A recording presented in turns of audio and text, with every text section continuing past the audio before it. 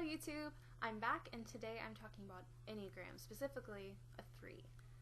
I'm a 3W4 and while part of this video will explain a lot about a 3's experiences and about what exactly a 3 is and the mechanics behind it, my main focus on this video is going to be how a 3 can grow. I have been watching some videos on Enneagram and growth, integration into 6 and all that, and the videos that I was watching, maybe it would be helpful if I found videos that were by a 3, but they were all by 6s and 9s, and while you can definitely understand someone else's Enneagram type, that's not yours. They were like incomplete in their knowledge, like they had us down but not quite, and I think a lot of it was they tended to talk about 3W2s and not 3W4 so much. That's the kind of the impression that I got from them, was that that was more what they were talking about. I just wasn't super, and I didn't find a lot of good information from those videos that I felt like was accurate, and some of it was like kind of frustrating because as a 4, like I hate that, like having that 4 component, you just like, it's like, oh, they're not understanding me correctly, and it's probably more that talking than anything, but I wanted to make a video just explaining my experiences with that and from the perspective of a 3 and not someone who's trying to understand a 3 from the outside. So there is one video that I found really insightful and interesting by Jennifer Howard. You can look at the link in the description, and it talks about the levels of development. The levels of development for 3s is one of the main things I'm going to be focusing on in this video, as well as the integration into a 6. 3s become extremely ambitious. We expect a lot from ourselves. We want to be super significant, super amazing, just brilliant people, and that can stress us out because we start to realize the weight of our ambitions is way too much. Like, I remember when I was a teenager, I was genuinely distressed by the fact that I would never be remembered in history. Like, I would never be a famous person. I recognized that. Like, I was not going to be, like, I don't know. Like, no one was going to remember me as this really big, important person. And I didn't have the optimism to think that I actually would get in, like, the history book or something. And sometimes I'd get in the mindset of, like, well, maybe. But most of the time, it was just more distress of, like, chances are I'm not going to be remembered. And that, like, stressed me out. Which is a ridiculous thing to get stressed out about. Like, that's way over the top, but that's the ambition that the 3 sets for themselves and how that can weigh on them. They want to be the best at everything they do. Or at least the best by what they've decided they want to be the best at. So when that weighs on us and when we become overwhelmed and we think, oh my gosh, I can't even do it, then we're like, well, why even try? If I'm not going to be amazing, if I'm not going to be like this spectacular person, and I don't believe I'm going to get there ever, then why would I even try to do anything if I'm just going to fail? So then we get in this mindset of we're going to fail, and we stop trying. We become very apathetic, lazy. I'll just lay around in bed for hours, like, doing nothing every day. I mean, not nothing. I'll, like, drown myself in, like, Enneagram research or watching movies on Netflix or something. But it's just this severe apathy that we get into, and it's a really hard loop to get out of. And we just stress ourselves out. Then how do we break out of that? And the answer is we go toward the 6. This was something, interestingly enough, that I kind of noticed before I studied Enneagram a lot, is when I'm feeling depressed, what I find most helpful is to focus on others, which almost doesn't sound like it would work. Like, you think you need to focus on self-care and focus on yourself, but I get so in my own world, in my own head, and my own failures, and my own ambitions, and getting out of that and putting myself in someone else's mindset and seeing what they need is actually really helpful for me, even if I don't do anything helpful for them. Just the act of being empathetic and being like an active listener and being empathetic in conversation is extremely helpful for me. And that the reason for that is because that helps me to integrate into the 6. When you go toward the 6, we become others focused rather than ourselves focused.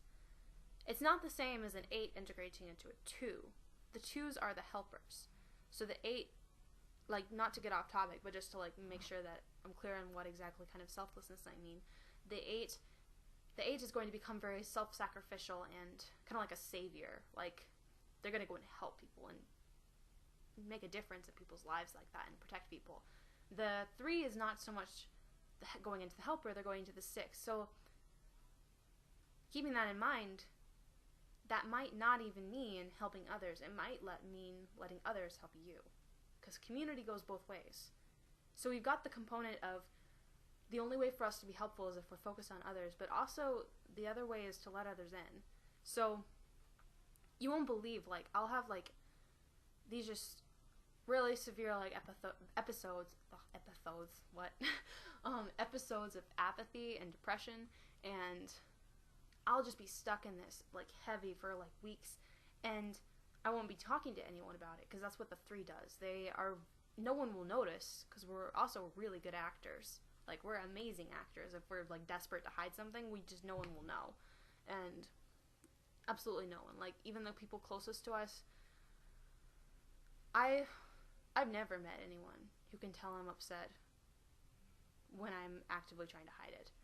I've only met people who can tell I'm upset when I give away a little and I, like, let it be apparent, not obvious, but, like, I'm not trying to hide it so well. But when we try to hide something, no one's gonna know. And I think that was something really hard as a teenager to come to terms with, was, especially as a 3W4, with that 4 component, I wanted to be known so badly, but I was so terrified of being seen at the same time, because the 3s are all about shame. So we get wrapped up in hiding ourselves and burying who we are under this really thick level of inauthenticity. It can be really hard for a young 3 because you want so badly for people to see you, and you feel like they're ignoring you. And as a 3, that's terrible, because you want to be seen significant. We like the stage, you know, you're gonna go and be in a play or something, or do a speech where people are looking at you and paying attention to you. Like, we love that attention, and that's not necessarily a bad thing, but I'm just saying that, like, when we hide ourselves, no one sees us, and you feel completely invisible, and that's hard as a 3. When you're a young 3 and you don't understand what you're doing, and you don't understand, like, why I'm being perfect, I'm being likable, I'm being outgoing, and I'm being this amazing person, why do I still feel alone? Like, so it took me a while to, like, figure out, like, oh wow, like, of course I feel alone. I'm not actually, like, connecting with anyone. It's a superficial connection simply because I want nothing but their admiration. I don't strive after that connection with people. I strive after them admiring me and thinking highly of me.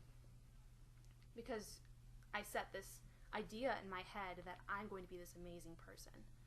And it's not necessarily, like, people can get it mixed up and be like, oh, 3s want acceptance from others. Kind of. But really we want to reach this, like, standard of this idea we've created for ourselves. So if that means acceptance from others, then yes. So, like, for me, like, I wanted to be admirable. Like, you want to, like, as a girl, I wanted to be, like, beautiful and charming and entertaining. No one was ever bored around me. These were the standards that I set for myself. And I hid every part of who I was in order to be that person that I had as the ideal person. So we're really just striving to be the ideal, successful person. And a lot of times that does involve admiration from others, but we're not doing it for others. We're doing it for ourselves. I've just narrowed it down to, like if I'm failing in a class, I won't tell anyone about it. Like, no one might, maybe no one knows, and I will hate myself for it. And if I'm being successful in a class, everyone could know that I'm being successful, but my thing is I want to be seen as someone who works really hard for something and then succeeds and breaks through it, and breaks through that difficulty, coming out as a, like, strong, successful person. So if I don't feel like I'm meeting my own standard of who I am, it's more about who I am, which I think maybe is part of the 4. Like, a 2 is going to be more focused on what others are thinking, but a 4 is going to be more focused on who they are as a person, like, their identity, and how others see that identity. Because 4s are very focused on who am I, and That's what the 3's thinking. So a 3 narrows it down to their labels are lazy, even if they're doing well. A 3 needs to open up to people. I will have those severe depression episodes that are just gone because I spill out something that's really difficult for me to share with someone. And that's part of integrating into the 6. Connection isn't just helping others. It isn't just focusing on others. It's also letting them in as well. And as we build those bonds with people, both to and from, and we have like that selfless connection both ways, then we will go toward growth. Which leads me to the aspect that's kind of like attached to community is authenticity. And that's something we really have to work on as a 3. If you look at the levels of the development, you will see that authenticity is one of the primary defining characteristics of a type 3 who's really healthy. Which is weird because we're kind of known for being inauthentic. But when we can come to accept ourselves and give ourselves as we truly are to other people, through that connection with them, we can then become successful. And we can become really hardworking people who are just exactly as you've been striving to be all your life. This admirable, like, get everything done, is like Superwoman or Superman, whatever. And you can become that person that you've been striving to be, that you've been striving to forget yourself in order to become. Because we can get very much locked in on thinking, if I become someone I'm not, then I'll be successful. Because who I am as I am right now is not good enough. The fact is, when we let go of that thinking, we say, I'm just going to give people myself as I am and always be myself. And as we gain emotional maturity and begin to understand our feelings and who we are and not hide them and have absolutely no connection with our feelings or anything, then we can become that successful person that we've been trying to pretend to be. So that comes with a lot of self-awareness. Doing, spending time reflecting on your feelings is so important for a 3. It sounds ridiculous to some people, but for me, journaling, or when I was a teenager, it was writing music that kind of broke this box that I was trapped in. Because somehow it's I could not access what I was really feeling until I started writing music. And just something about the artistic process dives straight to your subconscious and just helps you to connect with what you're actually feeling. And music isn't good if it's not authentic. My music didn't start getting good until I was really able to connect with my feelings and just allow my subconscious to work without reservation. Dream analysis, this is going to sound crazy, but dream analysis, I am a huge supporter of dream analysis if it's done correctly. There's a lot of stupid dream analysis stuff out there that's, no offense to people who like that stuff, but it's where it gets all into the symbolism and oh, there was a sun in your dream, so that means that you're gonna have a bright future or something. I don't know, stuff like that. You have to do dream analysis for yourself. I think dream analysis done right is really helpful, because what are dreams? They tend to reflect a lot of our emotions and a lot of our experiences, and we usually dream what's going on in our head. And so dreams can break down that barrier we create of what we should be thinking or what we should be feeling, because we get so wrapped up in what we should be feeling and doing what we should do, and it breaks down that wall and just straight to the feelings. And so I've learned so much about my feelings by just analyzing my dream and being so why did I think about that person? And you get better and better at it the more you do it, and because you really you have to learn yourself. And that's why I don't like the symbolism and all that, because it's all inclusive. It's every person has a sun in their dream, it means this. But in actuality, dreams are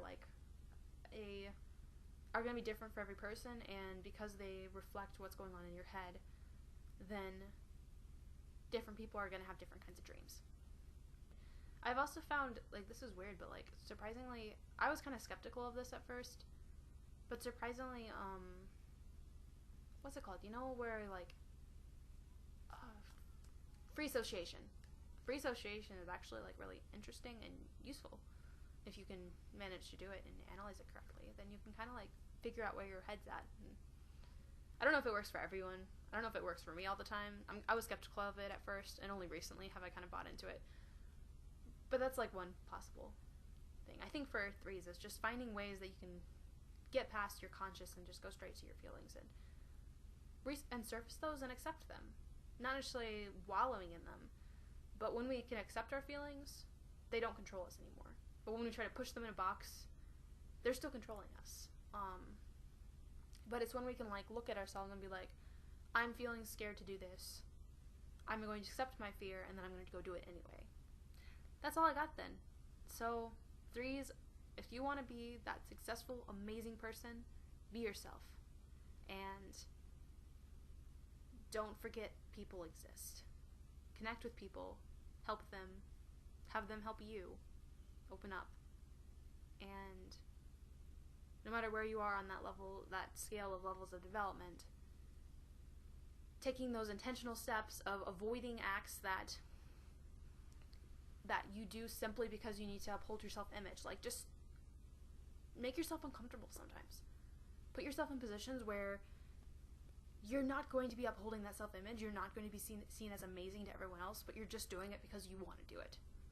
Like, put yourself in those awkward positions just for the sake of your own growth. And every day you'll break down your image a little bit more and be able to be who you are, and so be a successful person as who you are.